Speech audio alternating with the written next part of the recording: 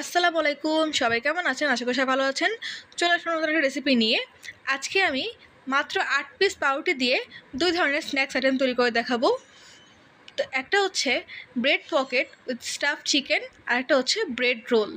তো চিকেন তো আমাদের সবার বাসায় সবসময় থাকেই কম বেশি। যদি বাসায় পাউরুটি থাকে তাহলে আমার এই দুটো রেসিপি ট্রাই করার অনুরোধ রইল। এটাকে আপনারা চাইলে বিকালের নাস্তায় স্ন্যাক্স হিসেবে বা কোনো গেস্ট আসলে ইনস্ট্যান্ট তৈরি করে ফেলতে পারবেন, অথবা যদি চান ইফতারে ভিন্ন কোনো আইটেম তৈরি করতে, সেক্ষেত্রে ট্রাই করতে পারেন। অথবা আসছে রোজার ঈদে এটা কিন্তু আপনার বিকালে অতিথি আপ্যায়নের একটা সিগনেচার আইটেম হতে পারে। তা আসেন এই দুটো আইটেম কীভাবে বানাতে হয় সেটা স্টেপ বাই স্টেপ দেখে নিই। তো প্রথমে আমরা দেখে নেব এই bread pocket with staff chicken এটা কীভাবে বানাতে হয়। তো চিকেনের প্রিপারেশন আমি প্রথমে করে নেব। চিকেনটা প্রিপেয়ার করার জন্য প্রথমে চলে দিচ্ছি তেল, এখন দিয়ে দিচ্ছি চিকেন। আজকে আমি চিকেনের ব্রেস্ট পিস ইউজ করছি, এটাকে ছোটো ছোটো কিউব করে কেটে নিয়েছি। এখন দিয়ে দিচ্ছি স্বাদ মতন লবণ,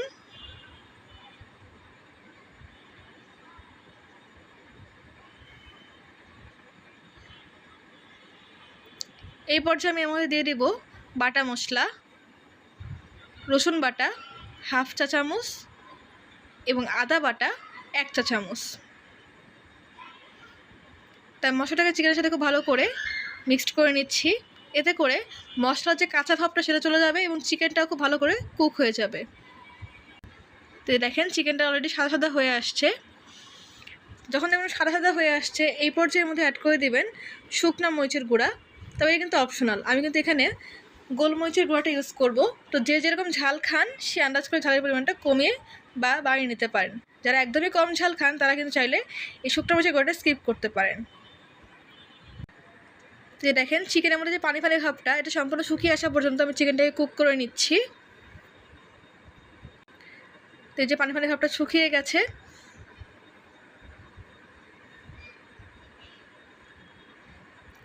এই পর্যায়ে আমি এর মধ্যে অ্যাড করে দিচ্ছি টমেটো কেচাপ 1.5 চা চামচ,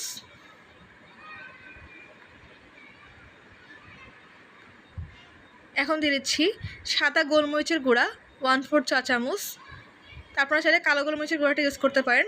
আমি আবারও বলছি এখানে কিন্তু আমি শুকনো মরিচের গুঁড়া ইউজ করেছি, ঝালটা আন্দাজ করে দিবেন। তো এই যে আমার চিকেনটা অলমোস্ট ডান, আমি এখন এটাকে নামিয়ে নিব।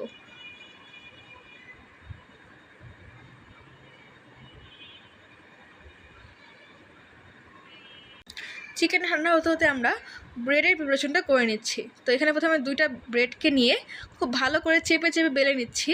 এ থেকে 2টা ব্রেড একসাথে লেগে যাবে এবং একটা কাটার দিয়ে আপনারা এরকম রাউন্ড শেপ করে কেটে নেবেন। দেখেন এই যে এরকমভাবে। বোঝার সুবিধার জন্য আমি আরও 2 পিস ব্রেড নিয়ে সেমভাবে দেখিয়ে দিচ্ছি কীভাবে বানাবেন। আবারও 2 পিস ব্রেড নিয়ে খুব ভালো করে বেলে নিচ্ছি চেপে চেপে পাতলা করে। এরপর সেটার পরে কুচি কাঁটা দিয়ে রাউন্ড শেপ করে কেটে নিব। আপনারা কিন্তু এখানে ব্রেডটাকে সাইডের যে অংশগুলো সেটা ফেলবেন না, সেটা দিয়ে আমি আজকে ব্রেড রোল বানিয়ে দেখাবো। অথবা আপনারা চান সেখান থেকে আপনারা ব্রেড ক্রাম্ব বানিয়ে ফেলতে পারেন। তো দেখেন এরকম গোল গোল করে শেপ করে নেবেন। এই যে আমি টোটাল 8 পিস ব্রেড থেকে 4 পিস এরকম রাউন্ড শেপ করে কেটে নিয়েছি। আসেন এখন এটাকে আমরা ভেজে নিই। ভাজার জন্য প্রথমে চলে দিচ্ছি তেল পরিমাণ মতো, যেহেতু ফ্রাইড আইটেম একটু বেশি তেল দিয়ে ভাজবেন। তো পাউরুটিগুলো ভাজার জন্য আমি এখানে প্রথমে ডিম গুলা করে নিয়েছি। শুধুমাত্র ডিমই আছে, এখানে কোনো লবণ বা অন্য কোনো চিলি ফ্লেক্স বা কিছু নাই, শুধু ডিম গুলিয়ে এখন এটাকে আমি ব্রেড ক্রামে ডিপ করে নিচ্ছি। আজকে আমি বাসা থেকে কিনে নিয়ে আসা ব্রেড ক্রাম ইউজ করছি, আপনারা চাইলে বাসা তৈরি ব্রেড ক্রামটা ইউজ করতে পারেন। সেটা কীভাবে করতে পারেন সেটা বলে দিচ্ছি। পাউরুটির সাইডের যে লাল অংশগুলো ছিল যেটা আমি কেটে রেখে দিয়েছিলাম রাউন্ড শেপ করার পরে, সেটাকে আপনারা শুকনো খোলায় ভেজে সেটা মিক্সার গ্রাইন্ডারে বা ব্লেন্ডারে ভালো মতন ব্লেন্ড করে নেবেন। এতে তৈরি হয়ে যাবে বাসায় তৈরি ব্রেড ক্রাম।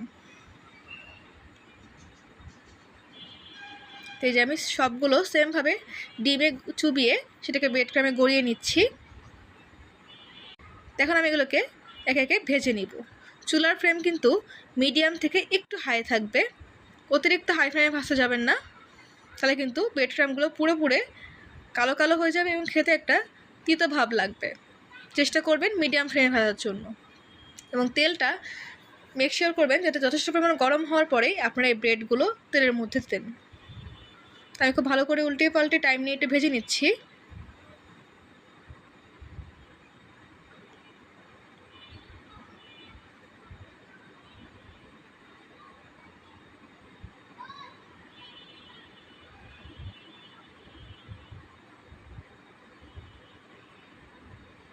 এই যে ভাজা হয়ে গেছে, দেখেন ফুলে ফুলে উঠেছে মাশাল্লাহ। এখন আমি এগুলোকে তুলে নিচ্ছি, অতিরিক্ত ভাজার প্রয়োজন নেই।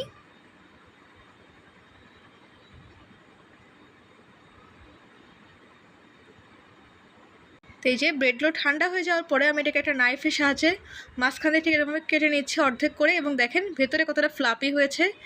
এবং এই ফাঁকা অংশের মধ্যে এখন আমি চিকেনের পুর দিয়ে দিয়েছি, যেটা আমি আগে তৈরি করে রেখেছিলাম। স্টাফ চিকেনের যে পুরটা, সেই চিকেনটাকে দিয়ে স্টাফ করে নিচ্ছি। এই যে দেখেন এরকমভাবে কিন্তু আমরা খুব ইজিলি পাউরুটি দিয়ে স্টাফ চিকেন ব্রেড পকেট তৈরি করতে পারি। খুবই ইজি না প্রসেসটা? কিন্তু এটা খেতে কতটা মজা আপনারা যখন ট্রাই করবেন বাসায় তখন এটাকে বুঝতে পারবেন। তো রেসিপি ট্রাই করার অনুরোধ রইল।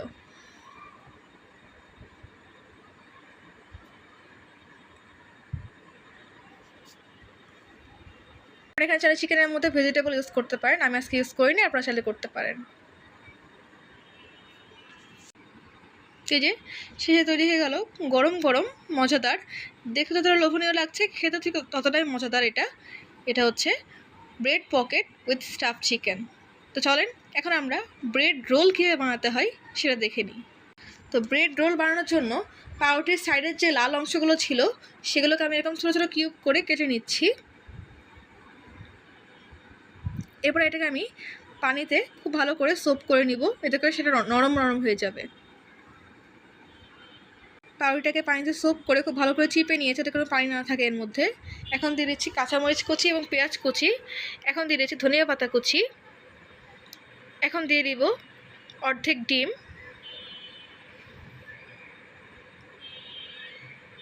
এখন দিয়ে দিচ্ছি রসুন বাটা হাফ চা চামচ, আদা বাটা 1 চা চামচ। এখন দিয়ে দিচ্ছি বেসন 2 টেবিল চামচ। আপনারা চাইলে বেসনের পরিবর্তে কর্নফ্লাওয়ারটা ইউজ করতে পারেন। এখানে কিন্তু আমি লবণও অ্যাড করেছি, সেটা ভিডিওতে রেকর্ড করা হয়নি সামহাউ। আমি এখন খুব ভালো করে মিক্সড করে নিচ্ছি। আপনারা যারা মনে করছিলেন যে পাউরুটির সাইডের অংশগুলো তাহলে নষ্ট হবে, একদমই না, এরকমভাবে তৈরি করে ফেলতে পারেন ব্রেড রোল। তো এই যে এখন আমি এগুলোকে শেপ দিয়ে নিচ্ছি। শেপটা আপনারা নিজের মতো করে দিয়ে নেবেন। আমি আজকে ফিঙ্গার শেপ করে নিচ্ছি, আপনারা চাইলে চপের শেপ কিংবা রাউন্ড শেপ বা অন্য যে কোনো শেপ করে নিতে পারেন, সেটা আপনাদের ইচ্ছা। তো এই যে ফিঙ্গার শেপ করে নেওয়ার পরে এখানে আমি জাস্ট বেসনকে একটু পানিতে গলিয়ে নিয়েছি, এবং এটাকে আমি এখন ব্রেড ক্রামে একটু গড়িয়ে নিচ্ছি। বেসনটা দেওয়ার কারণটা হচ্ছে যে ব্রেড ক্রামটা এই রোলের গায়ে বা ব্রেড রোলের গায়ে খুব ভালো করে লেগে যায়। তারপর এখানে চাইলে ময়দা কিংবা কর্নফ্লাওয়ার গুঁড়া করে নিতে পারেন, এতে করে ব্রেড ক্রামটা খুব ভালো মতন লাগবে এবং ঝরে ঝরে পড়ে যাবে না। এই যে সেম প্রসেস ফলো করে আমি বাকি যে ব্রেড রোলগুলো সেগুলো বানিয়ে নিচ্ছি।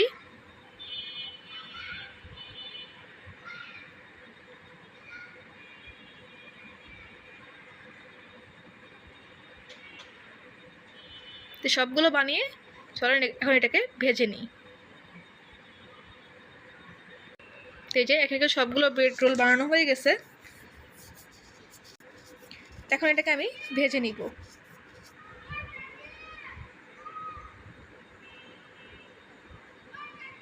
চুলার ফ্লেম কিন্তু মিডিয়ামে থাকবে, অতিরিক্ত হাই ফ্লেমে ভাজবেন না।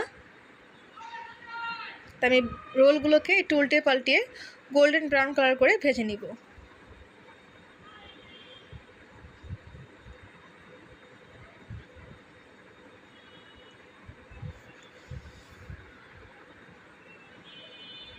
এই যে খুব ভালো করে আমি এদিক ওদিক উল্টিয়ে পাল্টিয়ে ভেজে নিচ্ছি।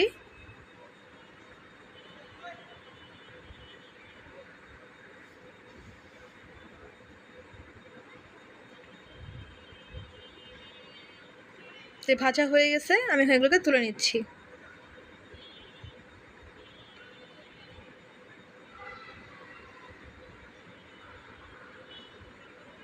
এই তো শেষে তৈরি হয়ে গেল গরম গরম ধোয়া ওঠা ব্রেড রোল।